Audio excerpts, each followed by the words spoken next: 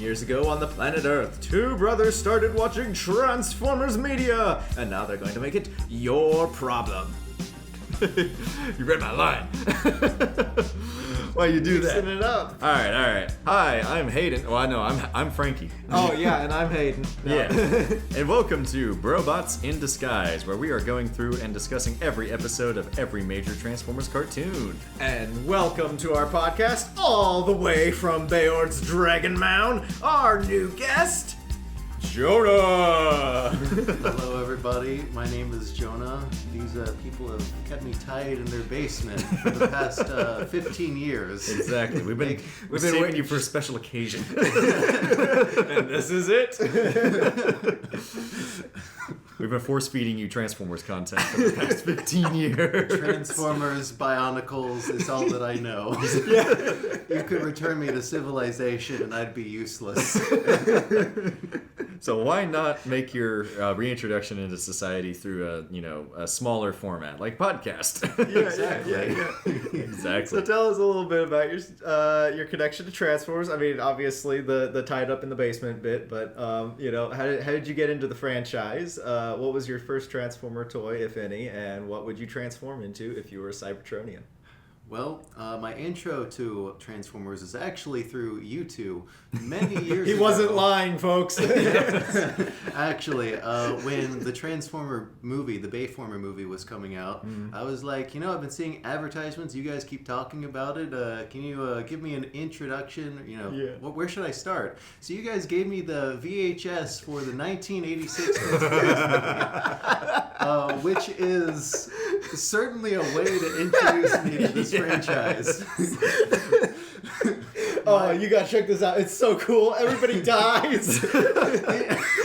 And then the rest of the movie moves at 100 miles an hour. Imagine if your friend was like, hey, I want to get into Game of Thrones. All right, cool. Here's the Red Wedding. Yes. Quite literally. Exactly. And the benefit of listening to this podcast and watching along is now that I have names in the backstory for all the bodies. Yes. That guy that got shot in the shoulder? Yeah, he had a family. Yeah. So. Actually, there's a comic where he does start a family. What? Yeah, Braun. I did not know I think that's in the one of the more recent G.I. Joe and Transformers. Braun gets married to one of the G.I. Joe girls, and they Okay. and I think they adopt a child or something like that. I don't know. I've only read about it. I haven't read the actual comic. Anyway, Jonah, continue. Oh, yes. So that's how I got into it. My first ever Transformers toy was Skids from Revenge of the Fallen. Oh, no! Granted, Skids is one of those names that gets thrown around for characters. He's not really tied to any one characterization. Mm-hmm. But to have that specific one... Okay, to be fair, the toys, if it's just the toys, there's nothing wrong with it. It's a pretty decent toy, I imagine. I had that toy, too. Green Did you? car. Yeah, green car. Yeah. No, I was thinking a wheelie. Yeah, you had wheelie. Okay. Yeah. Yeah, Skids and Mudflap from Yeah. Revenge of the Fallen. Yeah. Had that, and I think I also got the ice cream truck variants. Oh, yeah. And wow. Bumblebee. Yeah. But specifically, I remember I at least opened the green one first. Yeah. Nice. So yeah, Skids should have been Bumblebee. If I've given a lot of thought to this, if I were a Cybertronian and could transform, I would transform into a stealth bomber. Oh, nice. It's one of those that goes super fast. Yeah. Yeah. Upper atmosphere, Yeah. supersonic speeds. Like the SR-71 or like the triangular one. Oh, what's that called? I don't remember. Soundwave turns into that in Transformers. Megatron does too in some of the IDW comics. Yeah. I was thinking the more triangular one. Yeah. Okay, yeah. The indiscernible black shape of Right. death. Yeah. Triangle stealth bomber. Trying to remember what it's called. Yeah, that one. B2. Northrop B2 Spirit. Or not just B2. Yeah, it's a B2 series. The Death Dorito. B2. The Death Dorito. Yeah. Yeah. Nice. Or There's some the cool. F-117 Nighthawk. Kind of the same. That's the older more- model of the same thing. That's the more spiky version. I mean, that one does look a lot cooler. Yeah. And then the B2 is more sleek. Yeah. Rounded. Gonna have to go with the Nighthawk. Yeah. Just because that one Nighthawk. sounds cooler. F-117 Nighthawk. Yeah. That does look pretty There's cool. a couple of Transformers. There's one in, I know he's in Beast Wars 2, and I think he's actually a redeco of a guy from Generation 2, if I remember. Anyway, he turns into one of those, and he has like a little guy that splits off him. On that note, Monkey was my second choice. Monkey! Yes! Reject modernity, embrace Le Monk. All right. That's great. Now, would you like to read the introduction for this episode? Welcome back to Season 2 of BroBots in Disguise, where we'll be discussing Season 2 of the original Transformers animated series, released in 1985 and largely following the episode order for Season 2 on TF Wiki, with a few minor adjustments for continuity. In today's episode, everyone has a stroke while the Dinobots take a vacation, and Desertion of the Dinobots Part 1 and 2. Megatron sets up a pirate radio station in Blaster Blues, and we travel to the mixed-up medieval ages in a Decepticon raider in King Arthur's court. Looks like we'll be broadcasting history lessons in this group of episodes. We unfortunately don't have a cool enough TV like they have in Desertion, but No. we don't have the audio visual. The Jetsons TV. We have the audio part of AV. Yeah. The And at record player the- discs. Yeah. At the time of this recording, these Transformers episodes are available on Hasbro Pulse YouTube channel as well as DVD and several other streaming services such as Tubi. We are not sponsored. We just want you to know where to watch them. Exactly. Let's see. Who wants to read the first synopsis? We'll get started with our story recaps. Yes, I'll go ahead and read this first one. All right. Desertion of the Dinobots, Part 1. After stopping the Decepticons from stealing Ultra-Plane plans, the Autobots send the Dinobots to stomp on them at an airport. Unfortunately, the Dinobots get blown to bits while celebrating victory, and after being repaired, they decide they've had enough and desert the Autobots. Meanwhile, the Autobots and Decepticons start to malfunction due to cybertonium deterioration. Carly, Spike, and Sparkplug ask the Dinobots to steal some from the Decepticon shipment over the space bridge, but the Dinobots escape to Cybertron. Carly and Spike follow them, but are exploded by Shockwave. Yeah, that's a little bit longer synopsis than I usually write, but I needed to convey how much happens in this episode. There's a lot. But yeah, the pacing is super fast, but it's efficient, and the music is on point. Also, this is one of the early episodes that Hayden and I saw. It was on that VHS with all the Dinobot episodes that we watched just prior to the movie, but after being introduced to Transformers. Half of this episode, like, I was just listening to it as I was writing my notes, and I could still remember what was happening on screen, so it was fun. So we're going to do something new that we haven't done before, but a sort of lightning round where I'm going to list off a whole bunch of things, and then we can kind of discuss them a little bit, but we're just going to kind of speed through them because I thought they were interesting enough to bring up, but not... Well, the title for this lightning round is Questions Without Answers. So, well, let me go through my questions for this episode. What is the remote-controlled Ultra-Plane? Why do the Decepticons want the plans? Is it a threat? Why does it have two cockpits if it's remote-controlled? Why does it look like Slug Slinger, the Target Master from later on in the show? Why was Soundwave inside Ironhide? Did they not notice? Was he a prisoner? Where did Sparkplug return from? Why was he dressed so sharp? Who is that brown-orange guy that turns into a purple spacecraft on Cybertron? Why does he look like Tiny Tank Unicron from the Transformers Cybertron toy line? Is he in the present or a memory? Someone Mirage knows or a previous form of him? Anyway, if you'd like to speculate on any of these, I'd love to hear your thoughts. I've got a few. Jonah, do you have anything? Any possible answers for these? I I mean, for Sparkplug being well dressed, maybe he was on a date. That's true. Because he's not married. And it must have gone bad because he says, "It's great to be back." Yeah, there we go. We don't know if he's married or not. He could we be- just never see Spike's mom. True. Well, he could also be going to court for something. Maybe something to do with the oil rig blowing up. that Or he worked on. maybe he just got back from testifying for the Autobots in the case that was left unwrapped up from Megatron's master plan.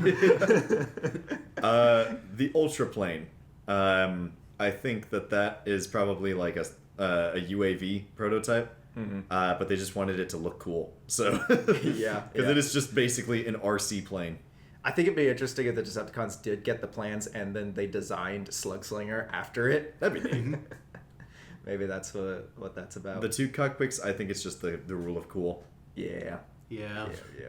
That could be why the Decepticons wanted it, though, was Right. to build something from it. Right. Yeah, the Transformers have very obsessed with fashion sense. Yes. Yeah. Fashion is the end game for them. Yeah. Well, you could sculpt your body by scanning other vehicle. Why not? You know. Yeah, that's fair. It's like getting a new suit or something. a new Scan a thing of sharp-dressed threads. man. Yeah. Getting into Speaking of pretenders. sharp-dressed bots that kind of look cool, the brown-orange guy that's a purple spacecraft on Cybertron, he looks vaguely Unicronish. Yeah. I don't know why. Yeah. When I was a kid, I thought, okay, he flies off, goes and gets trapped in an asteroid belt, and it all coalesces on him until he turns into Unicron. I don't know. These two episodes really sparked my imagination, you know, Same. especially as a child, because I was just imagining all the, the history lessons we get later and the, who's this mysterious guy, stuff like that. Just a lot of stuff to think about and imagine and make up stories about. Yeah. And this two-parter felt like, I mean, this is entirely retroactive for me, but like almost like a thematic setup for the movie with some of the violent deaths that are in this, and with the Cybertron and whatnot. Right, Condition the kids. Get them used to horrifying Right. violence. We'll kill off some people with no names first, and then start killing off all your favorites. Yeah. Maybe that's why we took the movie so easily, because like the first two episodes we watched was like the one where Spike gets turned into a robot, and then the one where Optimus gets chopped up and turned into an alligator. Yeah. And then these where people die a whole bunch of times, either in flashbacks or being melted or being blown up with airplanes. So we were already thinking, oh yeah, these guys are mortal. They can die. Yep. We do get a name continuing the red letter or the red thread conspiracy Oh yes. board of how human scientists and Autobot engineers interact with each other. We do get another named professor as Professor Green, and continuing the trend of people being on a first name basis with Optimus in the scientific community. Right. I don't think his ultra plane is nearly as significant as something like Nightbird. But it's enough to make the Decepticons afraid of it, apparently. I guess. Because they're like doing secret operations to destroy it and steal the plans and stuff. I think that half the Decepticon plots are just, the Autobots are interested in it. We got to do something about this. Yeah. And it goes both ways, too, because every time the Decepticons are doing something, the Autobots are like, well, we got to stop them from doing that. Neither side ever makes progress towards the end goal of reviving Cybertron, because they're too busy stopping each other. Yeah. Look, I just, they're too clicky, I think that both sides just love the drama. Yeah. They definitely do. Yeah. At least some on each side definitely love the drama Right. side of it. Yeah. I mean, as you point out here, Jonah, they even know each other by name. Yeah. Because normally on a war front, you're not on a first name basis with the people who are on the enemy side. Yeah. So I like to think that either they, one, knew each other beforehand, before they swapped sides, or two, they just have gotten to know each other over time and like countless battles and stuff. They're just like, oh hey, what's up, man?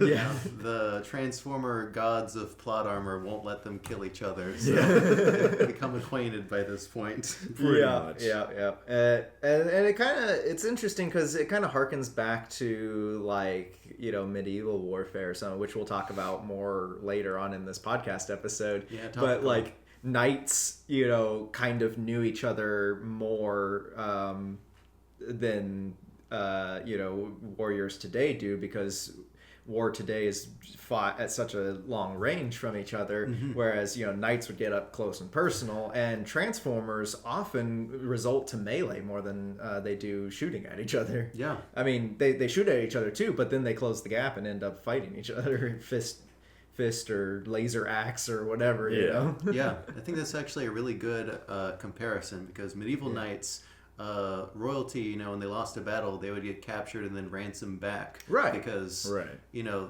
royalty, at the end of the day, they're all kind of like of the same, you know, basically related. Right. Transformers are, you know, endangered and also, I mean, they're all built, but essentially kind of related. Right. You know, right. so I think that works. Yeah. And then like knights, they have their heraldry and they wave flags to let you know who they are and stuff. And then the Transformers are so iconic. Yeah. That, you know, you can see who. Oh, here comes that red truck. That's Optimus. Oh wait, it's Ultra Magnus. Even though they're supposed to be robots in disguise, which is the funniest thing. I guess not in disguise from each other. Yeah, not in disguise from humans either, because Bumblebee's just hanging out at a theme park. Yeah. I love that scene, just like, you know, waiting for the plane to come in. Let's go to the fair. Family Guy The Funorama. gag. Yeah. The Funorama park. Bumblebee's giggle as Carly That'd be so good. reprogram. Basically, like, gives him a shot of like laughing gas or something. Yeah. Yeah. It's just a button. Just press the button and it turns on his or turns off his equilibrium, which is in a very similar place to where Ratchet fixed his memory chips in the Transport to Oblivion episode. This does actually do some good setup for Carly being able to hold her own when they eventually do go to Cybertron. Yeah. Like the fact that she's so knowledgeable. She's MIT, you know. Yeah, Can't that remember what her harkens specific back to- degree was, but Well, MIT it'd be in like technology. yeah, but Yeah. and intelligence. No, I'm just kidding. Yeah. Rewiring your friends to enjoy things. Right. I kind of wish that, you know, if I'm like at a party and I'm getting overstimulated, just have a friend like, hey, one moment, bonk. Oh, having a great time. Just does the giggle. Yeah. And then does she ever turn it back on, or like does he That's ever? the thing, we never equilibrate see it? that. That's what started the whole Cybertonium dysfunction. Carly going around She's just going around reprogramming the turning people equilibrium off. Yep. But it is cool. Like, I always love seeing humans interact with Transformers and them kind of doing a cultural exchange. Because them being robots, they just have like perfect balance all the time. And they're programmed that way. So and we see this a couple times in this two-parter, but like the human way of experiencing like a thrill rush, being like, you know, equilibrium and being moved around by a ride of some kind, and Transformers not being able to have that experience, and then the bridging the gap between the two being Carly able to give them that experience. And then you see that in part 2 where, you know, the same thing with like, you know, they're going down the chute and they're having like the whoa sort of feeling, and Swoop just doesn't. So I always love seeing that difference showcased. When that scene that you mentioned, I also like to add that they're not wearing seatbelts when they're going down. They should be floating upward. Yeah, just pasted against the. Yeah, just pasted against that. Bonk. Bonk. So the speaking of violence, the fight at the lab is pretty cool. I like seeing that kind of scale against the lab, which the lab is huge to fit Megatron inside it, you know. But the each of the Autobots getting to use their powers and stuff. Mirage even going toe to toe with Megatron is a nice fight sequence. Get to see him use that invisibility, and you know, once again, it calls into question: is Mirage a good fighter or is he a stealth op? You know, like, because sometimes he's a good fighter, sometimes he's just really not. And that's why he does the stealth stuff. And Hound with the absolute duping of the Decepticons. It's great. Hound is kind of the goat. He very OP. He really carries a lot of season 1 and 2, early season 2 on his shoulders with those holograms. Yep.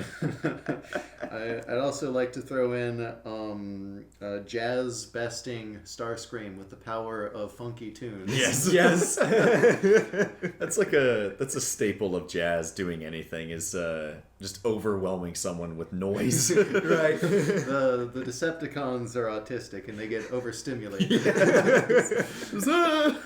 I was watching that video popped up in my YouTube feed not too long ago. It was like a link between Transformers and autism. That popped up for me too. Yeah. I felt a little called out. Yeah. I need to finish watching that one. Yeah. So when they're at the airport and they're picking up Sparkplug, this has always been funny to me, even as a kid, is that the Decepticons are hiding out in a hangar that just has really big, all caps, hangar pasted on the Nothing front. to see here, just a normal hangar. No suspicious activity going on here. Did you have to read it out loud when you said it, or when you saw it on screen? I felt compelled to just hanger. Every time I see it, every time they pan over and it's there, I yell out, "Hangar, hangar." And then the fact that it just like it is a normal hangar. And then it's just purple at the back of it. Yeah. They have a little bit of a base in the back. It was just really funny. Yeah. But nice catch on Spike's part to notice that, hey, those planes are out of. Those shouldn't be here. Those are military jets. I don't think I would notice that if I was at the airport. Of course, he's not just fresh off a flight and all tired and stuff. But if I was at an airport either early in the morning or late at night or something, then I'd be like. What? More planes? Okay. Whatever. Yeah. But I might point out, like, hey, that's well. Yeah, it is in the middle of the day. I guess I'd probably say, hey, that's kind of weird. Oh, well. Not my problem. But it just goes to show that he's, like, inundated with this sort of stuff all the time. Yeah, I mean, if I lived with transforming robots, with other transforming robots trying to kill me, I might be a little paranoid about vehicles being in the wrong place. Yeah. Well, also this is pre 9/11 also, so it is kind of weird and no airport security. Yeah, no airport security. They're just wandering around the airport. Mm-hmm. They go in and out of the airport several times. Now, is this like, a classic like airport, or is it like, down the street there's the IRL, there's a minor airport where right. I am. Right.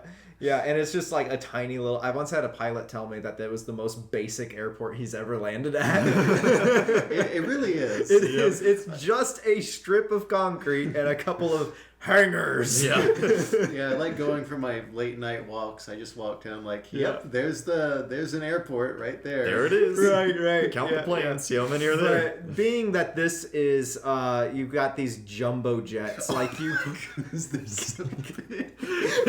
Jumbo, mumbo jumbo, ginormous Jenga jets. I don't know.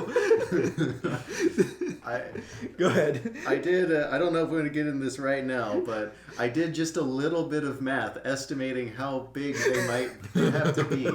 Because I looked up, Optimus Prime is a 18-wheeler is like 70 feet long. Mm-hmm. So Optimus Prime would be somewhere in that range. Right. And he goes up to about halfway to a Dinobots. Right. And a normal jet is about 200 feet long. Yeah. So these jets would have to be like 500. I mean, in a screen, in like one scene when the Decepticons shoot the jets, you can like see tiny speck of people next to Bumblebee, next to the Dinobots, and the landing wheels for these airplanes are bigger than the people. What were they flying in these airplanes? What kind of a hangar is that? They feel Mega Supreme in there. Like I can tell that these, like go for it. I was gonna say these are like triple, quadruple decker jumbo jets. Like maybe this is where all the Cybertronian human shared technology is going, is to making their jets bigger. I don't know. I guess somebody's investing in these airplanes. Like these Transformers keep coming down. Maybe they're gonna buy tickets. I don't know. This is pre 9/11. Just let anybody on an airplane. Right. But yeah, like I don't remember what Scale I was is a joke in Scale Transformers. like I could tell from watching this scene that these overworked animators were like looking at the storyboard. Okay, the Decepticons shoot the airplanes, they explode and knock over and disable the Dinobots. Wait a minute, the Dinobots are massive and a normal airplane would be really small. We need to make this make sense. Okay, the airplanes are bigger than the Dinobots in this Right. It would explain the size of the explosion that happens. Yeah. Because that's like a nuke. Massive explosion. No way those humans didn't go flying. Bumblebee's like, here, I'll cover you. But he's just as close as the Dinobots. If the Dinobots get flung, I think you're screwed. But that fight beforehand, before they blow up the things, because the Dinobots are cheering, like, hey, we did it, we turned back into robot mode. This is where we basically establish or canonize that the dinosaur modes are hardier than the robot modes. Because Megatron basically says as much, but also, like, we see it, too. And we've seen stuff kind of about it, but it's always just kind of been speculation. It's mostly implied. Right. But that fight is just so much fun. The way they go about destroying the hangar just makes me laugh so much. With it's just Megatron is just having a very bad day this whole episode. It's so funny. And it's just fun to see the Dinobots going guns a-blazing, flame a-spewing. Yeah, they destroy everything in a very shenanigans way. It's wonderful. I love it. Oh man, but it's so sad, and the sad music too when they're being picked up by. Once again, we see Hoist and Grapple and Red Alert and they have like a extended spotlight in this episode. Yeah, and they get to be kind of a rescue crew. I think that's pretty neat. Yeah, mentioning the Dinobots,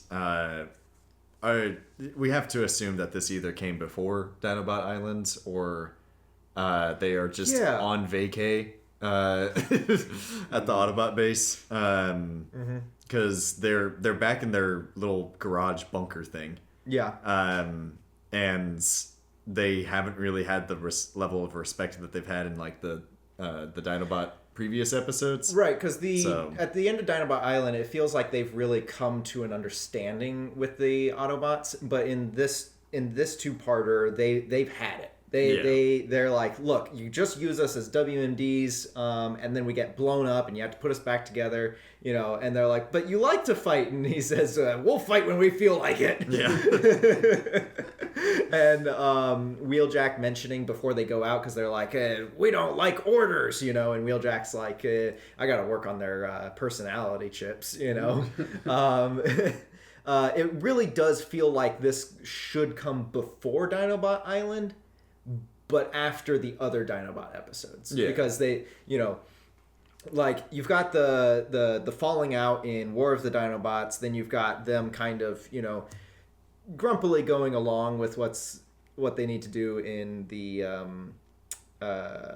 Ultimate Doom, and then they're epic, but they're just kind of there in War, Heavy Metal War, and then the couple of times that they show up in early season 2, they're like, more established. They're more established. They go in, they fight, they do what they do, right? And Grimlock's even cracking jokes at Optimus's expense. I'm always pulling you out of danger, but then And then it feels like, with Dinobot Island, it kind of wraps up their character arc of, oh, you are fully fledged part of our group now, and congratulations, you moved out of your parents' house. Yeah. And then this one, they're back to being like, we don't want to follow orders. You just, use us for parts and whatnot. And then they kind of learn a lesson, but it's kind of a dubious lesson at the end of this two-parter. How well that's sunk in.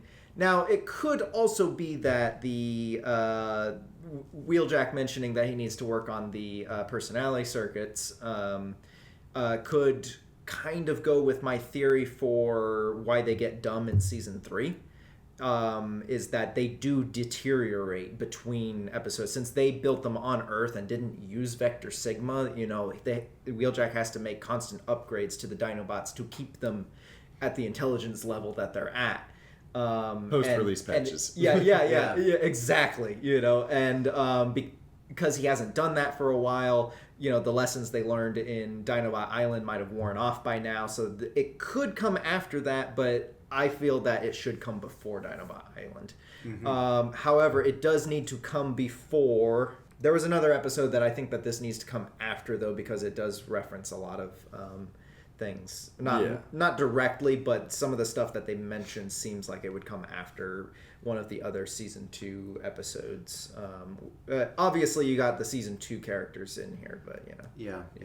I like the angle of the Dinobots being kind of this experimental weapon that they develop, because the other Transformers turn into vehicles, but here's a animal that doesn't even exist on Earth anymore. Yeah, right. At this point, people didn't even know that dinosaurs were killed by a meteor. Yeah.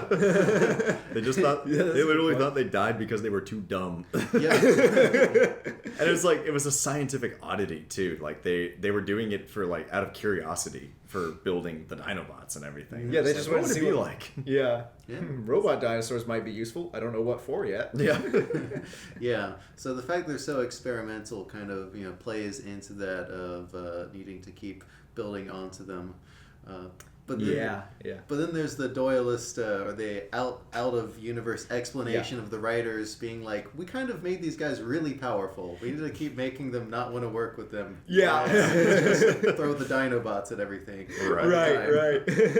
They wreck house almost everywhere that they're in. But I think it's also interesting in this episode that distance is an actual factor, because usually you'll have episodes where they just drive to Africa within 2 hours. Mm-hmm. How? I don't know. Yeah. But in this episode, Optimus actually says, we're too far away, send the Dinobots, so that's pretty neat.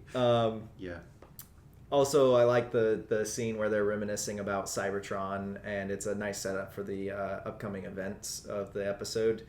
And then also Mirage is looking at a very different picture of Cybertron than we usually see. It looks more season 3, though it's probably from before it had that big old hole blown out of it. Yeah. That big old chunk, that bite taken out of it. Yeah. But we get another weird cutaway gag of them rebuilding. Yeah.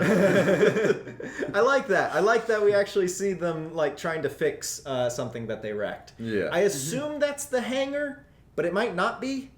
And they didn't put a door on it. The whole area nuked. Yeah, it could be anything. It's just a shed. Just a big shed. But yeah. But it's a nice little spotlight on a couple of the season 2 characters, like Grapple. We get to see him building up, especially if you. Oh, that's what it is. This needs to come after Master Builder, so you get the impact of Grapple being so confused that he messed up his building. Yes. Mm-hmm. Well, I guess it could come before it, because he does learn kind of humility in that episode. So I guess it could come before that. I don't know. This is an episodic show with the bare minimum of internal consistency. Again, continuity is a suggestion when it comes to season 2. So even our order isn't perfect. Right. But anyway, but I like the shenanigans and the music in that scene. And the just them nagging each other, Yeah. Even though they are the good guys, they don't get along a lot of times. Yeah. But it is a good segue starting the, everybody just kind of freaking out, going haywire, and this is just comedic sequences of just comedy gold.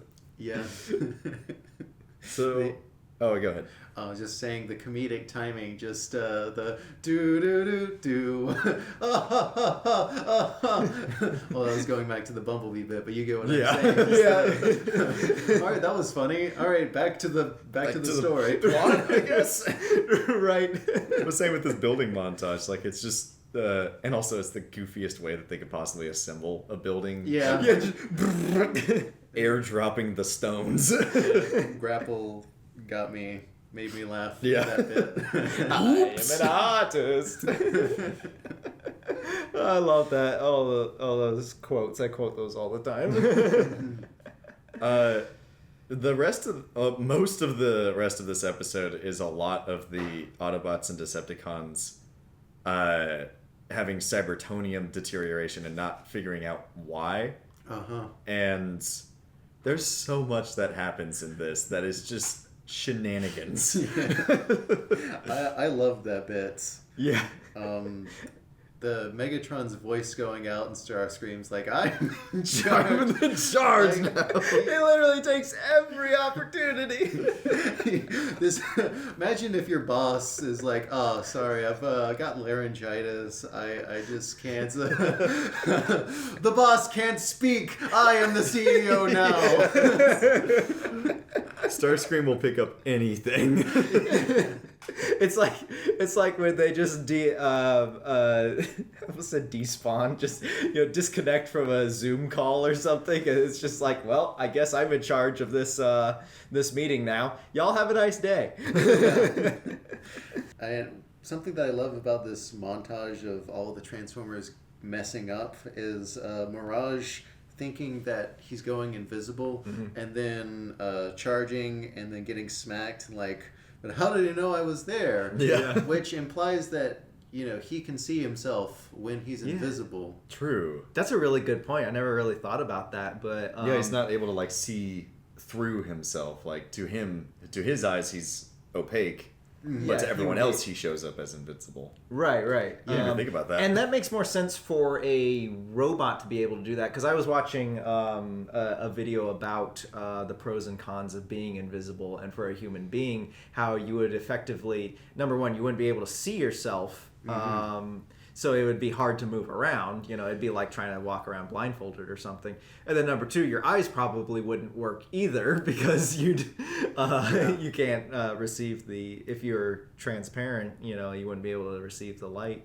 But for a robot, it makes more sense being invisible, because he's still got sensors on the inside that he could, tell himself. Which I suppose for a human, you could also kind of tell where you are, just by feeling stuff. But for a robot, it would be less clumsy than for a human. Yeah, definitely. If you've done VR, yeah, I did. I forget what game it was, but I did it in like my body was just invisible, and it's very disorientating. Yeah, I've done that with Beat Saber before, and that's like having the swords really helps. Yeah, but the rest of it is like, where am I? Like your body just completely disconnects when you can't see it, and just I don't know, it gets really weird. But that's a flaw in a human brain and body that Transformers wouldn't have. So that's something that we talk about a lot, is the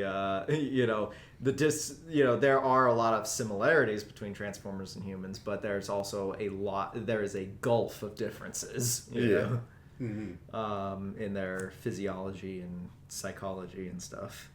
But yeah, Hayden, you want to read some highlights? Yeah. So starting off, all of the Decepticons just fall out of the sky. Yeah, that's funny. Rumble starts wailing on Megatron's arm, and he has no idea why. Yeah. I like the part where Ravage just falls out of sound. Yeah. It's like, oh no, that joint's got loose. Jazz gets stuck into vehicle mode and gets kicked into bot form by Ironhide. Megatron in his famous, it's the auto. Mirage's invisibility malfunctioning. It also turns him monochrome, or like at least a different shade of like indigo or something. It's weird. Yeah, he's a much darker color. It's pretty neat because it's like that's him halfway faded to invisible, but I guess, like, he's yeah. just darker. Which also implies that his invisibility works by like shifting his colors or something like that. It's like like he's a chameleon or something. Yeah, I get. Yeah. Maybe like it's like a real time, like constantly shifting every like microsecond or something. Yeah. Yeah. But Like there's his- also like that box that shows up around him that like he's in a box of invisibility or Yeah. something. Yeah. Could be that it's like a field that's around him that just Yeah. distorts the light. So Yeah. that it looks So like... the light is only half distorted. Yeah. Interesting. Ironhide tries to go for his infamous liquid nitrogen maneuver. Yep. We never get to see what variation of hand slidey tech he has to deploy this liquid nitrogen because it locks into place Yep. and it freezes him over. That's so funny. Blitzwing is unable to break and falls, Shifter be smashed. falls into a crater. Megatron tries to fly and it looks like he does like a little ballerina like flutter. He like waves his arms on one foot and he's like just cut to Bumblebee laughing again. yeah. When they get back to the base, Jazz is halfway transformed. He's like a car centaur. And Perceptor is stuck in microscope mode, which is actually pretty useful. And Power Glide becomes the first headmaster we ever see on screen. And he's just holding his head as it's like sparking uncontrollably. Which would essentially be like a transformer just spewing blood out of the like severed He's the neck. Black Knight from Monty Python. Yeah. Really a flash wound. The half transform guys are so sad. Yeah. Yeah. Okay, I'm about to go on a tirade Oh, boy. about Cybertonium. All right. Feel free to interrupt me at any moment, but I will. I've got a paragraph here I want to get out of my system. Perceptor explains Cybertonium as an element necessary for Transformers to function and only found on Cybertron. After millions of years of exposure to Earth's atmosphere, it has deteriorated. This and Shockwave still functioning implies that it does not deteriorate on Cybertron. This makes sense for the Transformers that were laying dormant on the Ark for 4 million years after they crashed. However, we do not see the Season 2 characters, Perceptor, Grapple, Hoist, etc., in the Ark or Season 1 at all. There are several random bodies lying around that may be a few of them in Episode 1, but they may also just be an animation thing. Or they were rebuilt into, some of the characters. Anyway, so the question becomes, were the Season 2 characters actually in some stasis storage chambers in the Ark and just not activated until Season 2, kind of like in the Marvel comics? Or does Cybertonium also deteriorate on any planet with an atmosphere unlike Cybertron's? However, Cybertron must not be that different of an atmosphere from Earth because we see humans being able to breathe and function regularly, not just in previous episodes, but in this same episode. And the next episode, obviously. But at the end of this same episode. Now, could it be that Perceptor is partially incorrect and that it just always deteriorates over millions of years, but the people on Cybertron are replenished regularly with Cybertonium because they have access to it? Shockwave seems to already know about it. And what does this mean for the colony worlds that we see in later episodes, like the Cosmic Rust episode or, Planet Master and Master Force? Did they take a supply with them? Is it a renewable resource? Can they replicate it? Do they die without it or just malfunction? And guess what it is? More freaking green crystals! They're everywhere in Generation 1! No wonder we made the Crystal of Kalar in the Space Adventure Team a green crystal. And in this next episode, Wheeljack has some of it in his lab, allegedly. So at least Wheeljack already knows about it, but he's too weak, he does agree with Perceptor. The only place to get it is on Cybertron, Yeah. There is a neat little hint here, though, that not only are the Dinobots still functioning because they were built without Cybertonium, because they were built on Earth, but apparently the Constructicons are also still functioning because they don't have Cybertonium in them. as we see Devastator later on in this episode at full power, while all the rest of the Decepticons are taking a nap, which implies that the Constructicons were either constructed or rebuilt on Earth, as we discussed in our Heavy Metal War episode. Yeah. Discuss. One, green crystals. They always show up. It makes me think if it's some kind of like planet energy that's unique to, or not just unique to Earth, but it's also for like Cybertron. Right. And then we also get Chaos in season 3. Yeah. Cybertonium, like the concept itself sounds a lot to me like germ exposure. Like, you know, it's kind of like the War of the Worlds situation where the Transformers didn't know that they would start decaying until they got to Earth's atmosphere specifically. Right. Could just be oxygen itself is what decays it, but that doesn't explain anything about Cybertron's atmosphere, right? Being because we know there's clouds on Cybertron, yeah, and humans can breathe on Cybertron. Yeah, seems like yeah. And what's funny is that they have spacesuits to go to the moon in one of the next episodes we're going to discuss, but they don't wear them to go to Cybertron. Yeah. What are your thoughts, Jonah? So. One thing I was thinking about with atmosphere is that part of Earth's atmosphere's thing is that it blocks out a lot of space radiation aside from UV light. So maybe Cybertron's atmosphere doesn't block out that kind of radiation like Earth's does, and that radiation that's bombarding Cybertron is actually important to maintaining Cybertonium yeah. From Cybertron. Very confusing naming convention. Yeah. It is an element only found on Cybertron. What do we call it? Cybertonium. It's better than unattainium. Unattainium. But yeah, that is a very excellent point and could explain why other Transformers are not affected by it, because wherever they're at, they may be getting that kind of radiation to help repower the Cybertonium. And since the Autobots had sat on Earth, which would imply that the season 2 characters were in storage and did not come from across the stars as we had figured previously. Yeah. But then why didn't they just get them out of storage? Yeah. Maybe they didn't have enough energy to reactivate them. I don't know. I assume that it's like you know how in Lego Star Wars you only get like 2 characters a game, like 2 characters, and you get to like the cutscene. There's all these other people. Yeah. I'm guessing that it was like I don't know. This is a retcon in season 2. Like they're always here. It's just they were slightly off screen the entire time because we didn't have the budget back then to draw them in. I don't know. They didn't exist yet. We hadn't put the toys on shelves yet. Drop in, drop out, cool. It is very interesting. But we do know that a lot of the season 2 characters do originally come from Cybertron, so they weren't built on Earth.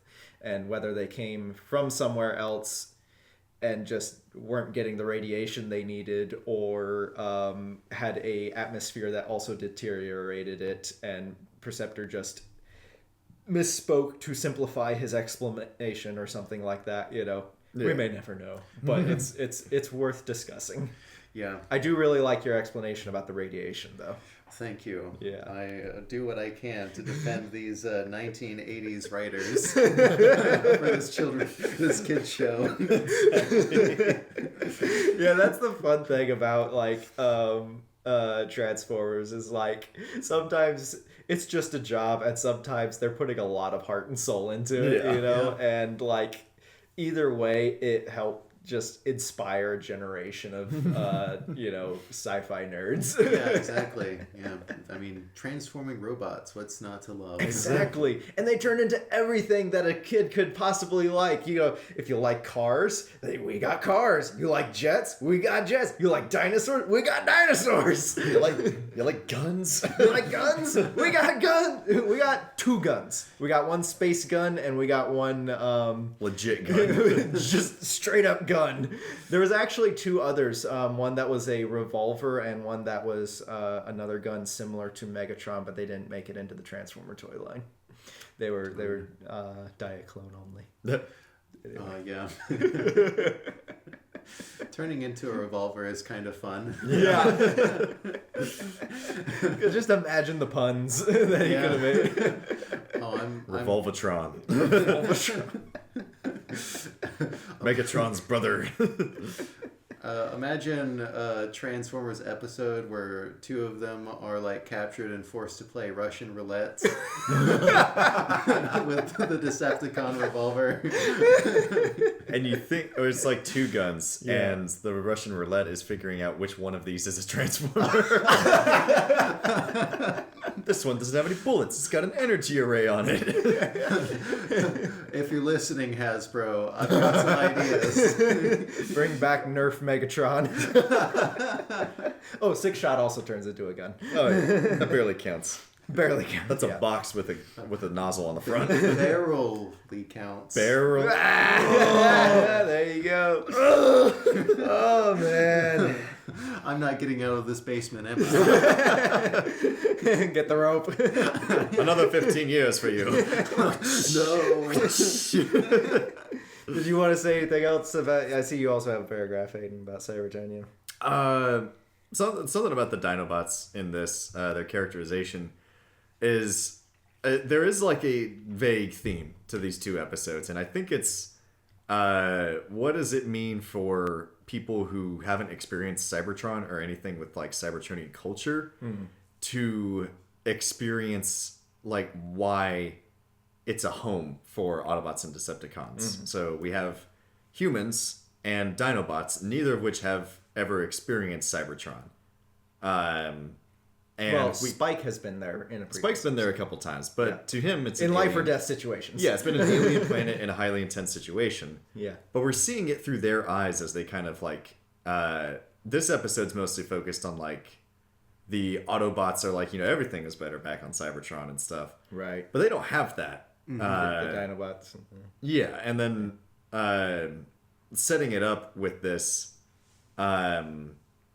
with them going to Cybertron and stuff, it leads to some interesting things. I don't really know if this theme really gets fleshed out as much as it could be. Yeah. But it is there, I think. And it's also fun to see the Dinobots, they feel spurned or misused. They feel like, we're just being used. We're not really seen as autonomous. Yeah. How do we get that autonomy? We get in touch with who we are as Transformers. How do we do that? We go to our ancestral home and try to experience something that will make us more like them, I guess. Right. And however, it is very, very funny that the way that they decide to go to Cybertron is by mispronouncing Cybertonium. Cybertonium? Cybertron! Well, okay, let's go to Cybertron. Yeah. Yeah. Do you think so? You think that he actually just misunderstood what they were talking about? I'm pretty sure. Or because I always read it as Grimlock being very clever and being like, Cybertonium, that must have something to do with Cybertron. So we'd have to go to Cybertron to get the Cybertonium, right? And they're wanting us to go to the Decepticon space bridge. So we need to go to Cybertron to get it. So we'll go to Cybertron because that's what they want us to do. We'll go. Yeah, we'll go to Cybertron. No, we're never coming back. Yeah. So I always read it as he was tricking them. Interesting. I think with the personality chip comment, we need to work on the personality circuits. Right. It could be construed as them like just running out of neurons. Yeah. Yeah. Yeah. And leading to the confusion, and then them getting there and realizing, like, being petty. Just like, oh, this is far away from them. I'll show you. Yeah. We're gonna never get back to bossy Autobots. Yeah, I do really like how they go to Cybertron, and we'll see a little bit more in the next episode with them actually learning more about their heritage. But I do like this theme that they sort of kind of touch on with the Dinobots, just like mentioning, like, they're built on Earth, so they don't know anything about Cybertron or what Right. their being told to fight for. But also, they're built after Earth animals that are extinct. So even on Earth, they don't really fit in. Like, there's nowhere that they really fit in. Yeah. And so they're just kind of like have this existential sort of like, what are they doing here? Like, what's their purpose?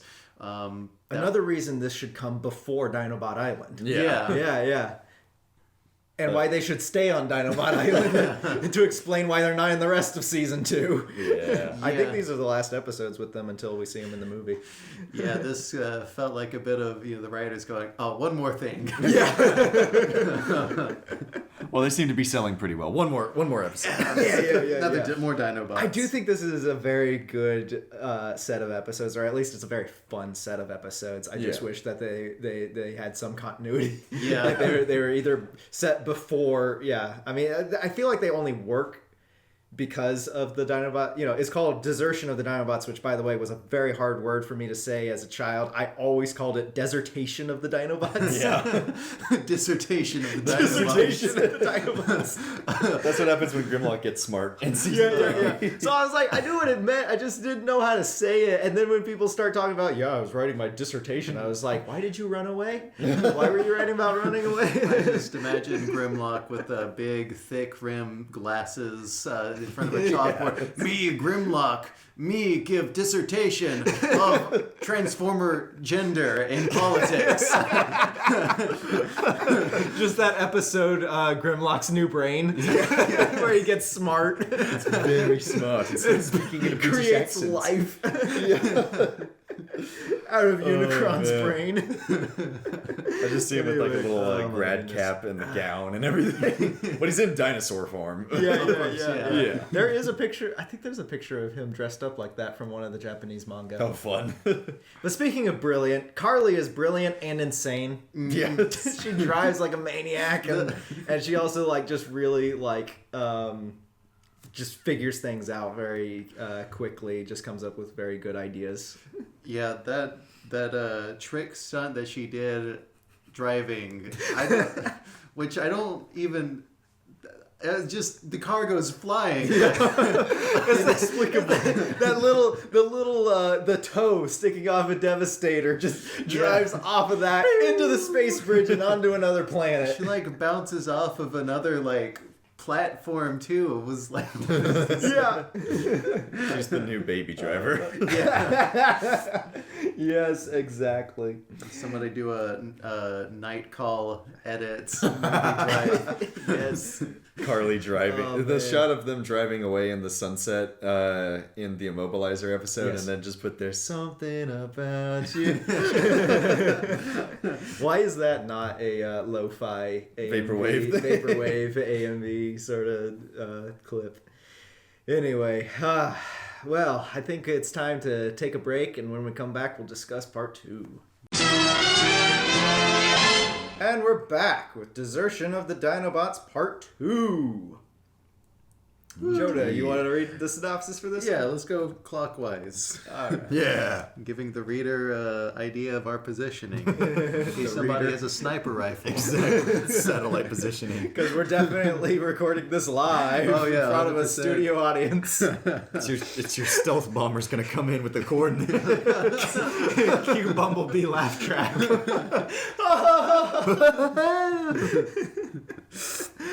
Oh, Desertion of the Dinobots Part 2, a synopsis. Just kidding, Carly and Spike escape, damage Shockwave's master computer, and meet Swoop in Wheeljack's lab. He tells them the other Dinobots are captured by Sentinel drones and sent to the Cybertonium pits. Sparkplug and Teletran lead them to a transit system that deposits them in a D&D-style series of traps and historical lore dumps that gets them captured by the Sentinels and sent to the pits, where they rescue the other Dinobots and escape back to Earth with enough Cybertonium to repair all the Autobots. Yay. Nice. Once again, a lot happens in this episode. Yeah. Which is why we're going to do another lightning round. This one subtitled Things That Are Similar or Connect to Stuff in Other Episodes. And I need to actually remove this one because that does not connect something to in another episode. Oh no! We'll come back to that one. Yeah. Whatever shall we do with this dead air? Yeah. Sorry, you can cut that out. Anyway, I put this one here by mistake. We can mention that later. The red one about the photon light, Jonah, and you can cut all this out. Oh, okay. Yeah. Things that are. Oh, go ahead. And that's why we're going to do another lightning round. This one is subtitled Things That Are Similar or Connect to Stuff in Other Episodes, such as Shockwave's Energon Cubes are probably left over from Ultimate Doom. All the Energon they brought in there. They've just been sitting there. The Buzz Lightyear looking head guard is the same model as in Revenge of Bruticus, which we have not gotten to yet, but he will show up again. Consistency. Not this one in specific, because he dies. Spoilers. If Megatron reprogrammed Shockwave to do maintenance, would he use the head probe or the chest tentacle? Oh, neither of those sentences are good. Teletran often shows unexplained camera angles in other episodes. They may be more high-res versions of what it does here to simulate a picture from Spike's thumb radio. In the flashback, Swoop flies past the dome that the Ark launches from in episode 1. Transformers apparently store video on record-sized discs, which are similar to the laser discs on the... which is a note that Jonah made, which is similar to the note I made. The laser discs on the jukebox are similar to Shockwave's laser disc from Ultimate Doom with the Hypno Chip plans on it. I totally forgot about that. Yeah. It's like a laser Except that one disc. had like a hole in the center. These ones are just discs. Just a pancake. Yeah, just a Tech glass pancake. disc. Since I accidentally moved that note, Jonah, you want to go ahead and read it? Oh, yeah. Of the photon light? Yeah. Yeah. Photon light, brighter than any flashlight on Earth. Shines it directly at Carly. Just her eyes start melting out of her face. I don't know if you guys have seen those videos of those like super bright flashlights where somebody's at like a high-rise apartment and they turn it on at the city down below and it's like daylight. Oh, yeah. Or even more local, those horrible HID LED lights that everybody puts on their stupid SUVs and then drives right up behind you in the middle of the night and shines them into your mirrors right into your eyes. Decepticons at work. Exactly. And they're giant trucks too, so you can't like, oh, well, if they get close enough, it'll just block it out. No, it's gonna go right in your eyes. And then if they're like coming directly towards you, you can't see it all. It's like, well, I hope I'm still on the road by the time they pass. Yeah. Anyway, sorry. Yeah, so Spike shines that directly into Carly's eyes. Imagining the the flapjack, Marvelous Misadventures of the Flapjack. Yes. Oh! Or the SpongeBob. My eyes! Exactly. Yeah, this photon light. Yes. It's just, wait a Very minute. Is funny that the name. same word twice? Yep. The light. The light. The photon. Light. But it uses specifically only photons. Just photons. None of that air nonsense. Yeah. I like how cold Shockwave is in this episode. Like, he is just kind of terrifying. Yeah. He's a great foil because, it's Spike and Carly, notedly a female. Yes. Which Shockwave... famed mechanical incel. Men with some very controversial opinions about female Autobots. I like to think that Shockwave has been running his own podcast from Cybertron. Female Autobots and why they should be extinct. It's not with anyone else. It's just him in the room. Oh, yeah. Because there's literally nobody else in his tower. Just him and his robots. Because he's I've dispatched the Sentinel, more like Sentinel. Sorry, that was bad. Right. I'll go back to the basement. You're going to the basement. Okay, welcome to the basement. Fellas. Yeah. Hey, we should start a podcast. Oh, yeah. But yeah, no,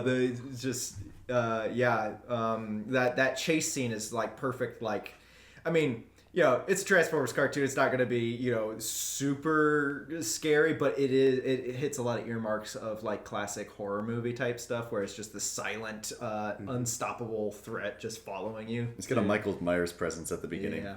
But it's funny because like the rest of the episode, he's kind of characterized as like the scientist in the tower.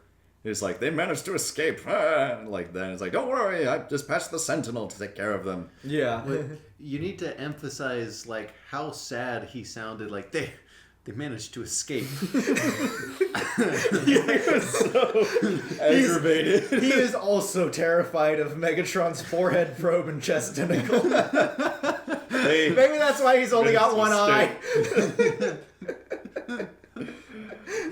They managed to escape. Not to get into IDW's characterization of why he has one eye and a handgun. Because he's like maimed as a it was like a political punishment essentially. Yeah. I was actually going to ask you guys about that this episode of Shockwave, because we see some of like the prehistoric, I guess, Transformers in a room. And they kind of have like similar designs to Shockwave. So I was going to ask if he was like, because I don't know the full lore of all of these characters. I was going to ask if Shockwave is one of the ancient Transformers. Yeah. So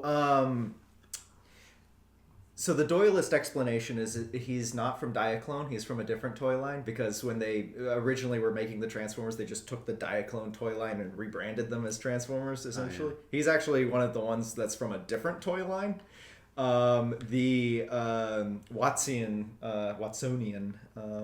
explanation in IDW, at least, is that him and a couple other things, that was like a political punishment where they would have like their faces removed and stuff like that, you know. Wow. Yeah.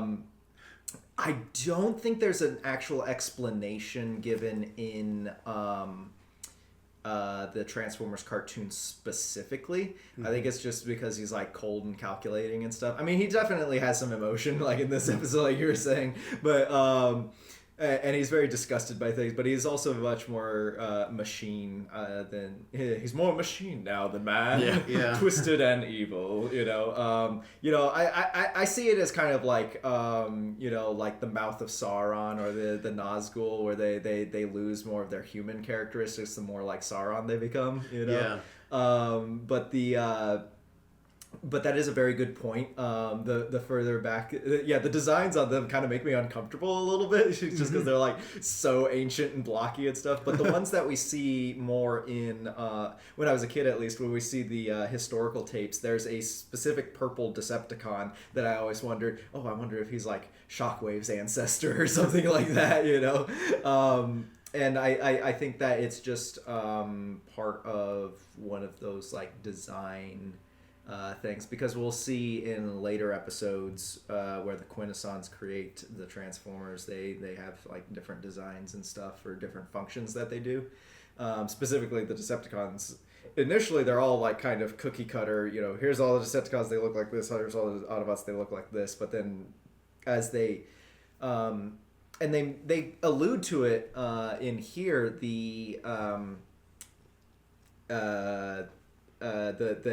that they develop new techniques for warfare, which kind of implies the transformation, but they will specify in that later episode in Five Faces of Darkness that transformation was something that they invented later on. They didn't always have the ability to transform in the cartoon universe.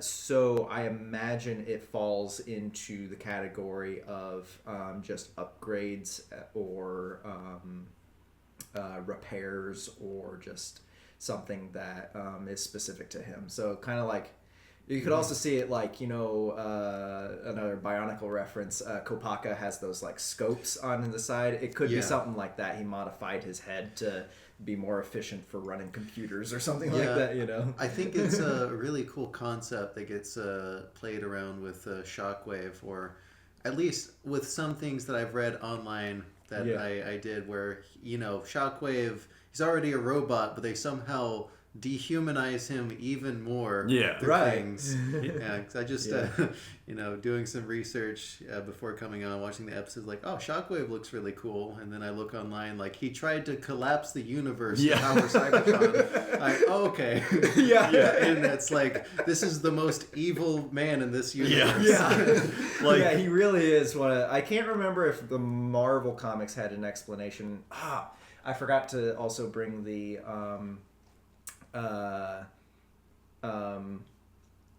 The database. The book. The tome. The tome. So I can't look up Shockwave's profile in Transformers Universe at the moment. So I can't remember at the moment if there is a specific. I see you're on TF Wiki. Did they have anything specific from G1? I'm currently looking at IDW's explanation for it and stuff, but yeah, I do. You do have to kind of look at it as a reverse. A reverse track is that all of this like expanded stuff that's current now is usually derived from an aspect of the character that was already there to begin with. Yeah. So in Shockwave's case, they definitely feel like they were going for the cold, calculating, like, like you said, he's more machine now than man sort of thing. Yeah.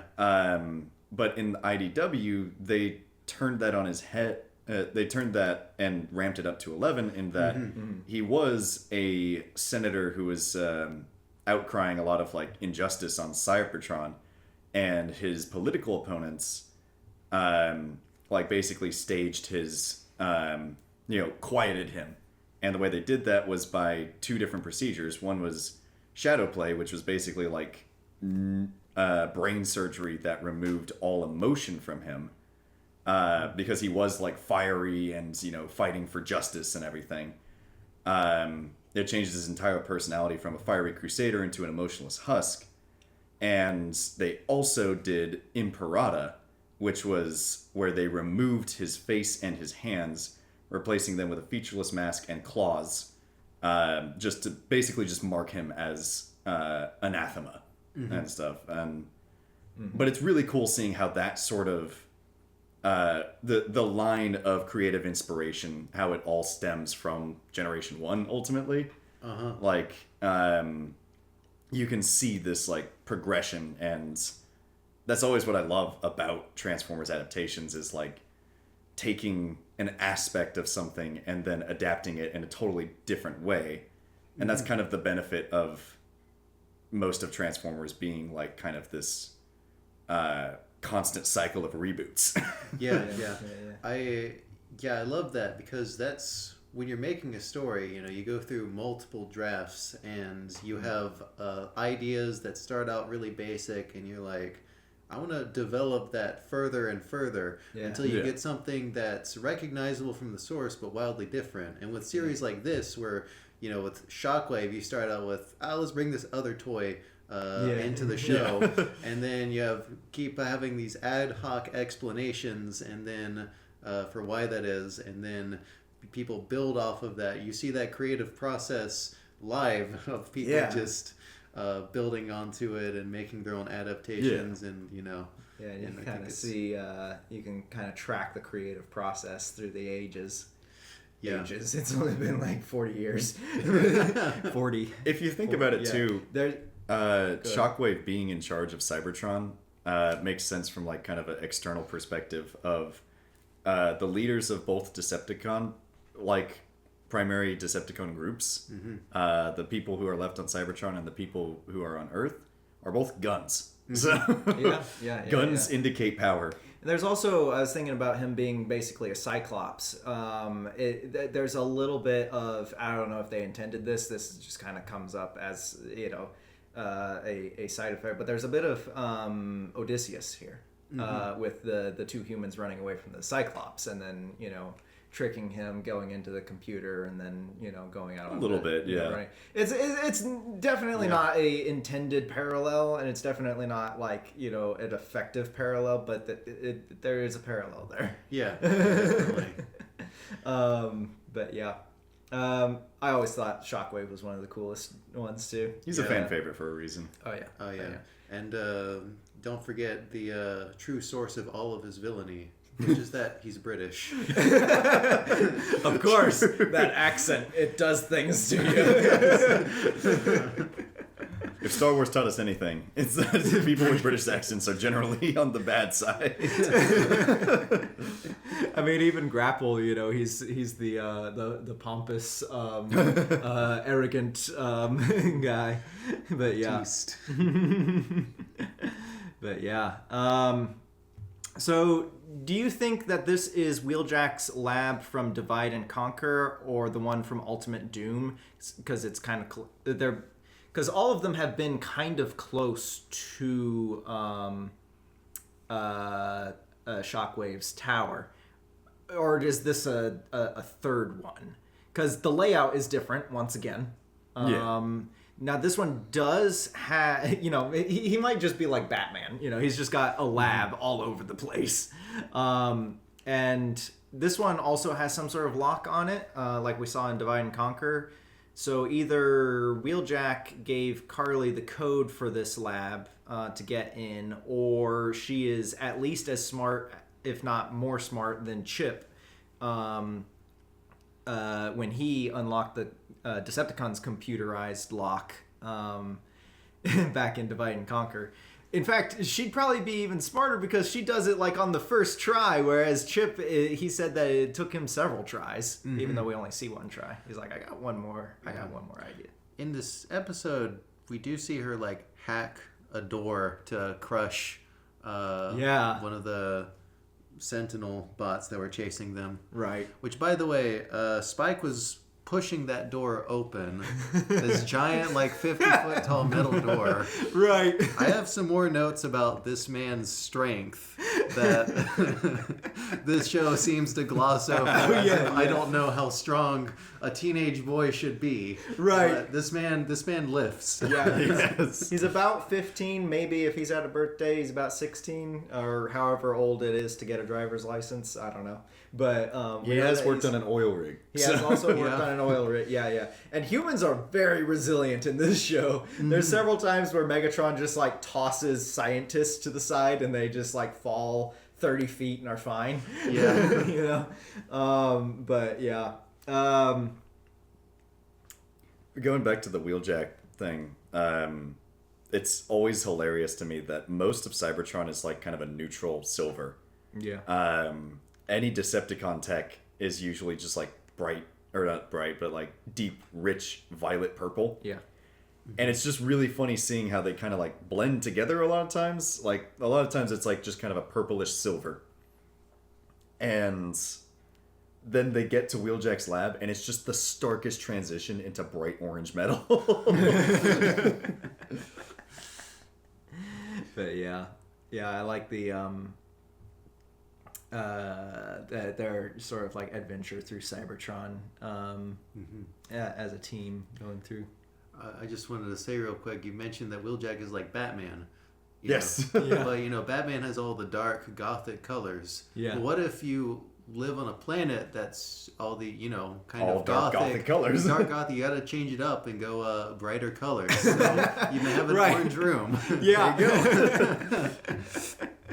And then Batman's always dark and grim personality, and Wheeljack's more like, hey, let's find out if this works. Gotham needs the manic inventor. Honestly, though. Yeah, and then the inventors, his opponents on the other side, his jokers would probably be like Shockwave or somebody. Yeah. Calculating. Yeah. We cracked the code. Yep. Speaking of Shockwave, I wanted to bring up his master computer. They say that it runs most of what's still functioning up there. Are they talking about all of Cybertron or just his tower? The Space Bridge Probably tower? just the tower, I'm thinking. Yeah, because it's shown that he doesn't have control over most of Cybertron. Like, yeah, and we'll see in like the search for Alpha Trion that Alpha Trion and the female Autobots have their bases that work on their own. Yeah. It's really cool seeing Carly and Spike maneuvering around a Transformers-sized environment. Where, like, for them, it's a mega structure. Right. For the bots, it's easy, you know. And but also not just like the size discrepancy, but the biological composition. In that, like when they're in the master computer room, there's just exposed electrical current just coursing through everything that probably wouldn't affect a transformer, but they'd like touch the wall and get shocked. And Well, it's inside of something, and they would be they're basically standing on exposed chips. Yeah. Like the motherboard or something. Yeah, they're in this alien, well, literally alien environment. Right.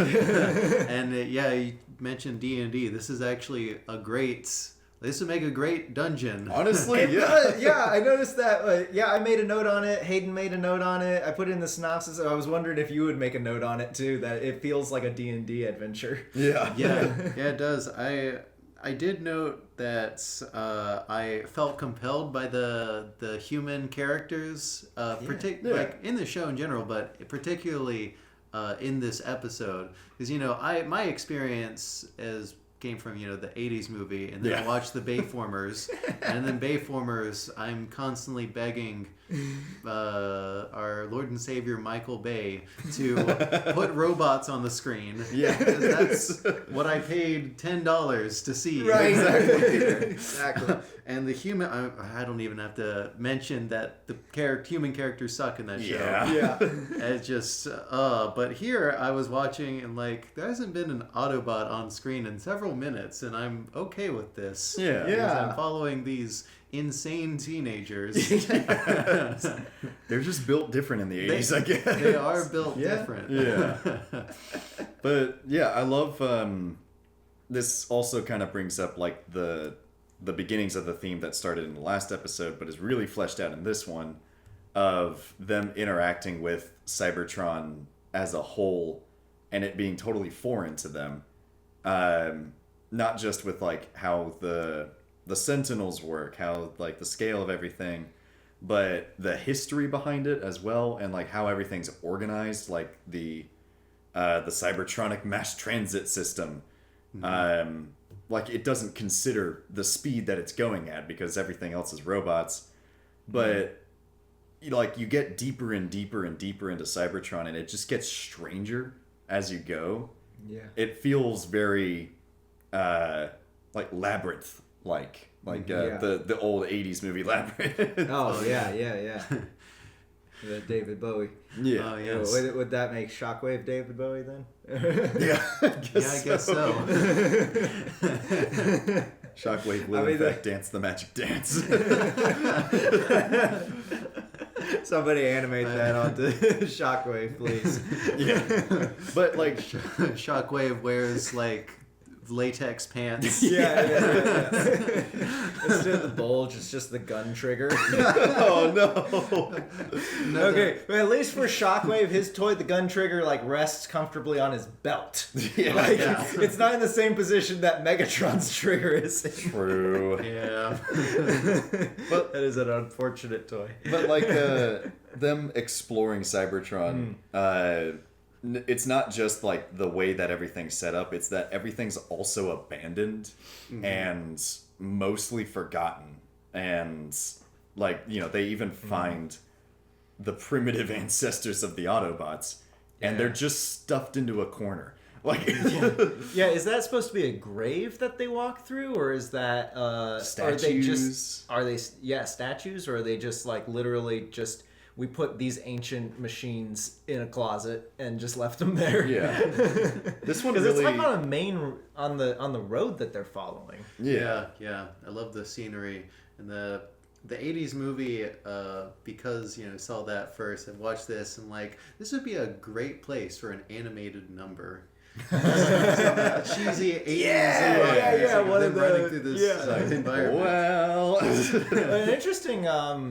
an interesting note about one of the earlier drafts of the movie was that they were originally going to go into the depths of Cybertron and find Primus. So interesting. Some of the elements of that draft got famously, a lot of elements of that draft got used for the Five Faces of Darkness, but some of it made it into other episodes, mostly in not the search for Alphatron, the key to Vector Sigma, where they go into the core of the planet and find Vector Sigma. Yeah. But in here, we also see a little bit of that. Yeah. I don't know if that's direct influence there, but Could be.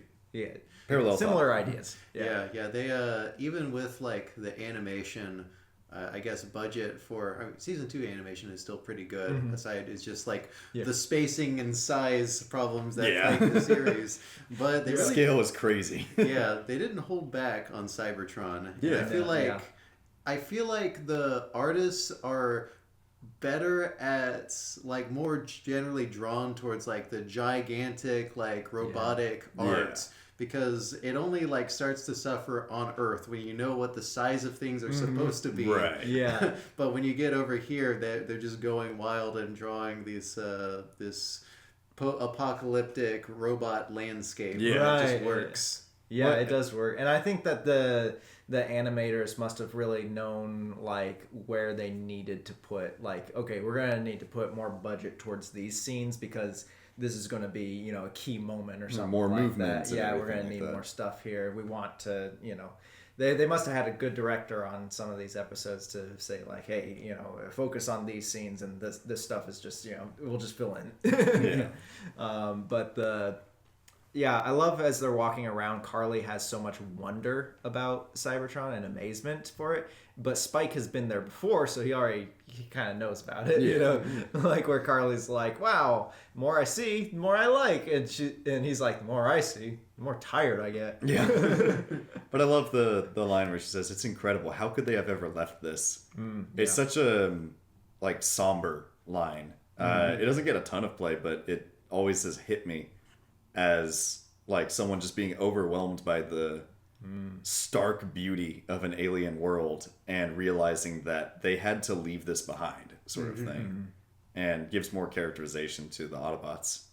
Yeah, and the Decepticons too. I think Yeah. because I feel like they both love this planet and they're fighting over it, but Decepticons have just completely lost the point. Yeah. Right. Because like even Megatron is like the biggest Cybertronian purist, where like at first he was all about like preserve Cybertron, so that I can rule it. Right. But then after a while, I think he lost the plot and was just like getting the shenanigans with the Autobots. Yeah. Yeah, because that's something that we talked about in season 1 a lot, was that Megatron's main plan was to get energy to Cybertron so he could revive it. Yeah. And once he revived it, he would take over, but Yeah. but that he is concerned about the planet, or was. Now he's just concerned about himself. Yeah.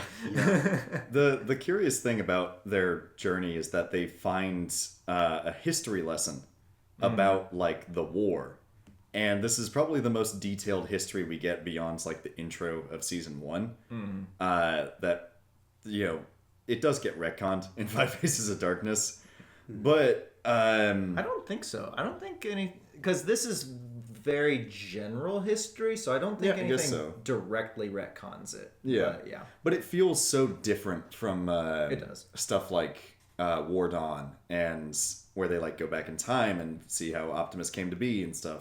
Yeah. But I love seeing all of the like different robot designs. Oh, I and love stuff. those. Yeah. Very inventive.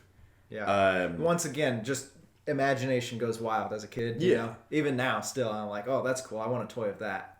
And you see the blue guy that transforms into like this little shell car with turret gun or whatever. I don't know. It's just really cool. But it's interesting to see that it depicts it as like this is a endless cycle of Decepticons.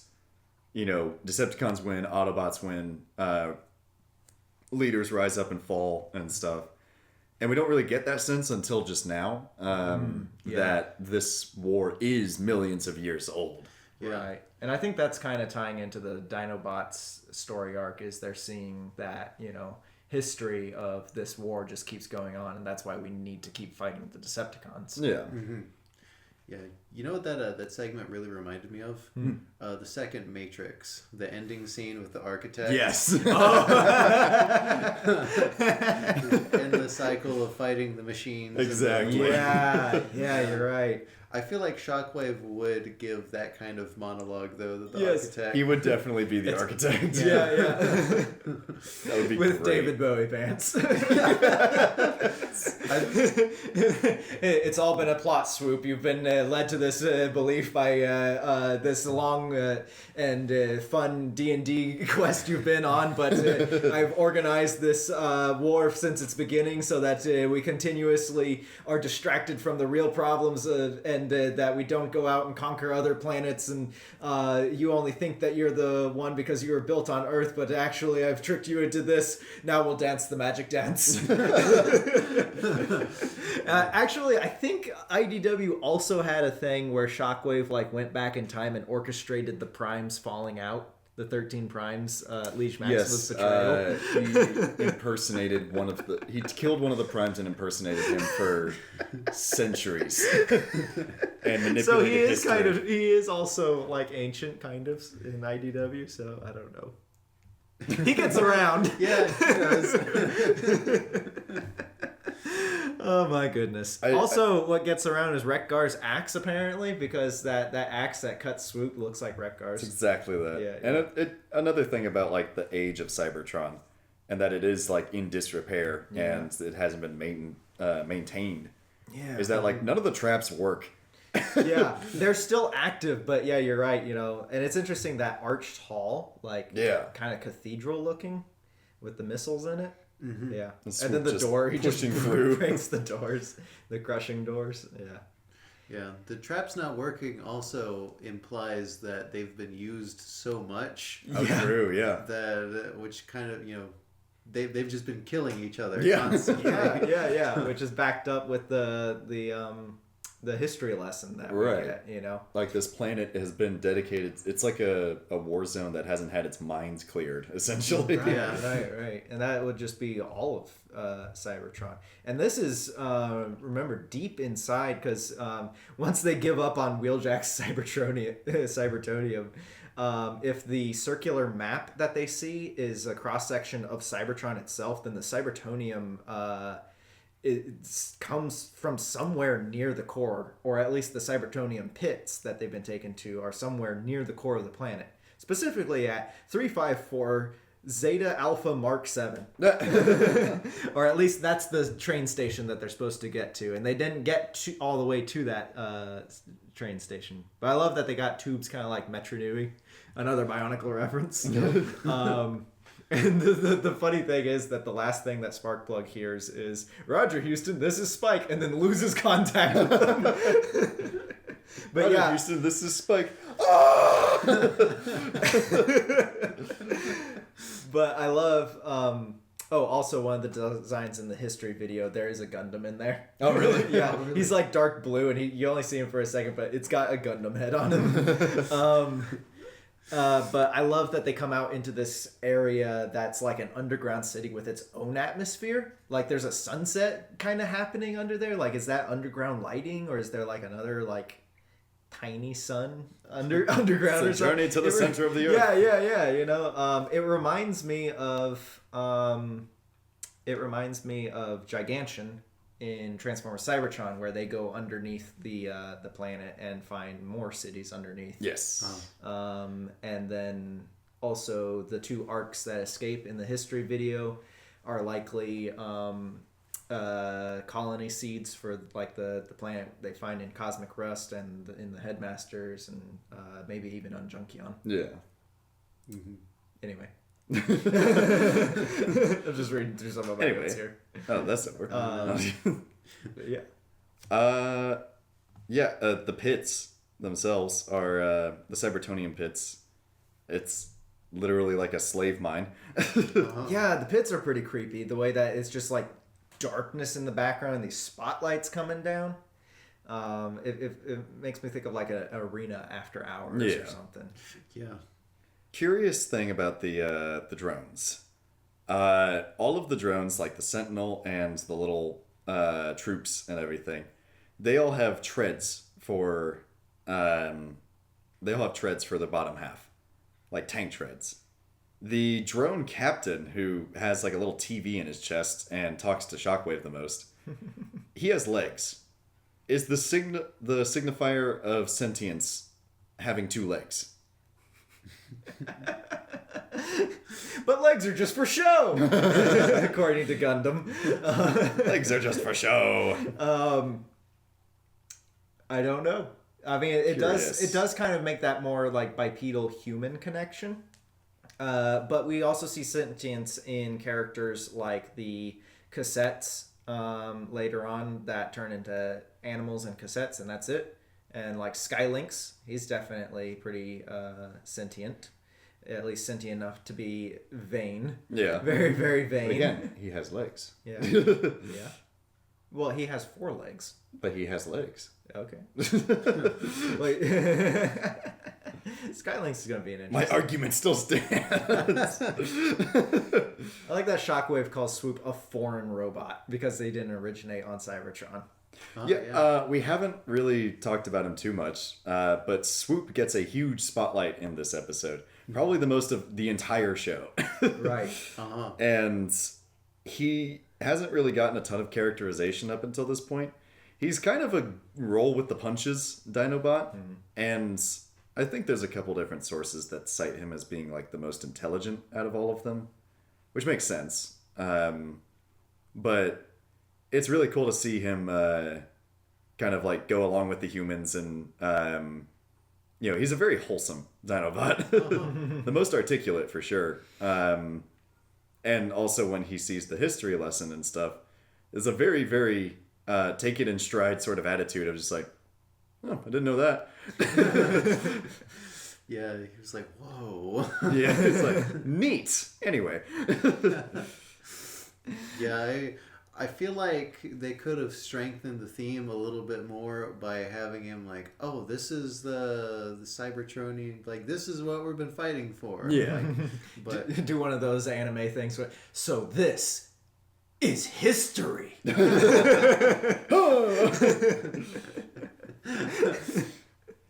But yeah, I think That always gets me.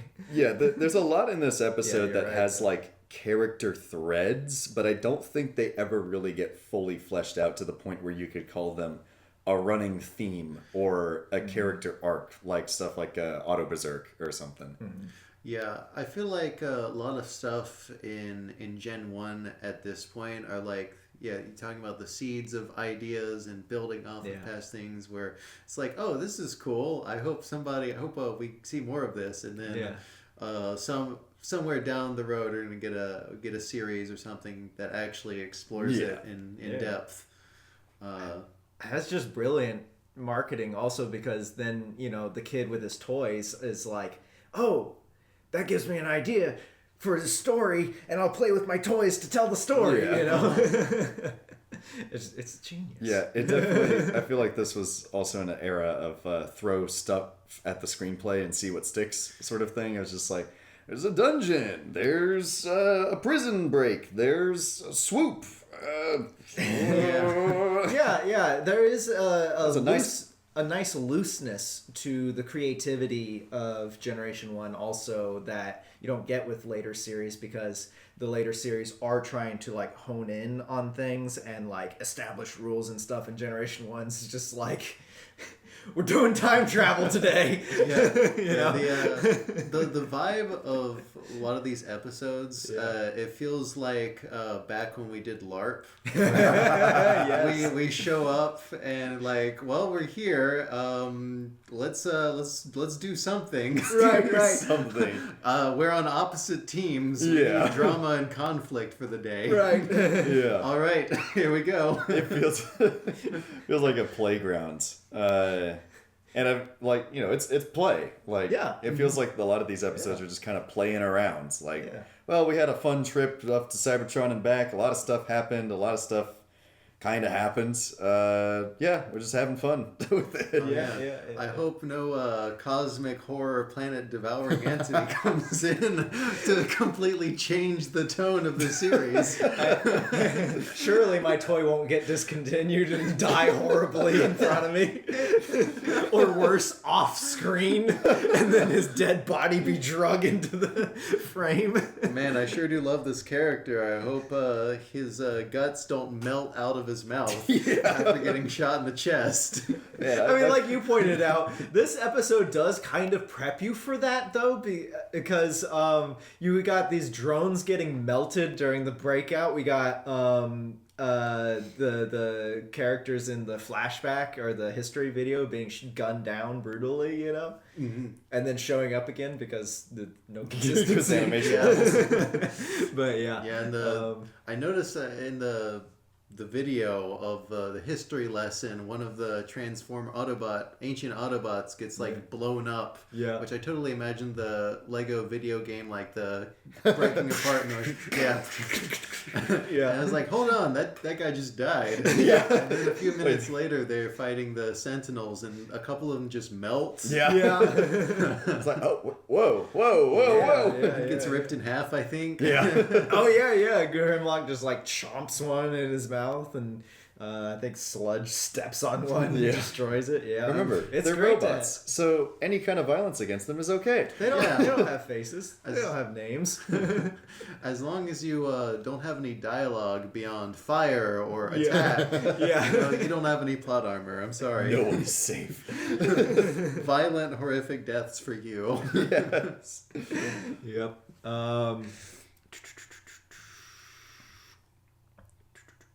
Oh, the memory circuits for the Dinobots are in their chest again. Which is funny because the Diaclone Dinobots, that's where the pilot goes. Oh, cool. And when I was a kid, I thought that green thing inside Slag was indicator of Carly putting cybertonium into all the Dinobots to kind of fix them. Maybe she did, maybe not. I don't know. Well, that could have been a good thread that you weave in, is that like the Dinobots get cybertonium or something to like further connect them to Cybertron. Yeah. And like take a piece of it with them home or something, but whatever. Yeah. Can't critique something for what it's not. Also, how radioactive do you think cybertonium Probably a lot, because that could be like Earth's atmosphere just causes the half-life of cybertonium to, start like decaying faster or something like that. But it could just be really radioactive. And that's Well, apparently its half-life is like 4 million years or something. Yeah, true. But the that would make it pretty stable. I guess so, yeah. maybe not. Because, the thing about uranium is that the half-life is very short. Right. It's radioactive. It Yeah, breaks that's why apart it's So, I don't. That would make it. If it was stable, that would make it a bad power source. I guess, yeah. I guess so. Yeah. I don't think that cybertonium is a power source though, because their main power source they can just take from any sort of energy. And turn it into It could energon be cubes. something like the. I think it's like a stabilizer or something. Like yeah. it's some sort of crystalline structure they put in there to either focus or stabilize the energy, and that could be. Well, why, it also has like a neurological effect on them. Like That's they true. can't. They're not in control of their own bodies when it starts going bad. So right. Yeah, it's like it's like omega-3. Oh yeah, exactly. I was gonna say it's like not having your vitamin C and then you get sick scurvy. Right. It's like scurvy for Transformers. Exactly. Yeah. Jazz died of dysentery. Oh, no. Jazz. Yes, no. Speaking of radiation, they did that in the live action movies. The Transformers they had some sort of specific radiation, but nobody ever got cancer from it. So I don't know. That could also be, maybe cybertonium keeps down the radiation levels or something. Yeah. I don't know, man. I don't know. They didn't. Yeah. But anyway, I think it also makes sense that the Dinobots know the shortcut of the extra tube that goes straight into Shockwave's living room, because that's probably the tube that when they were captured earlier, that's probably the tube that they were taken to the pits in. Yeah. Which means that Carly and Spike went the long way around. Yeah. Very long way.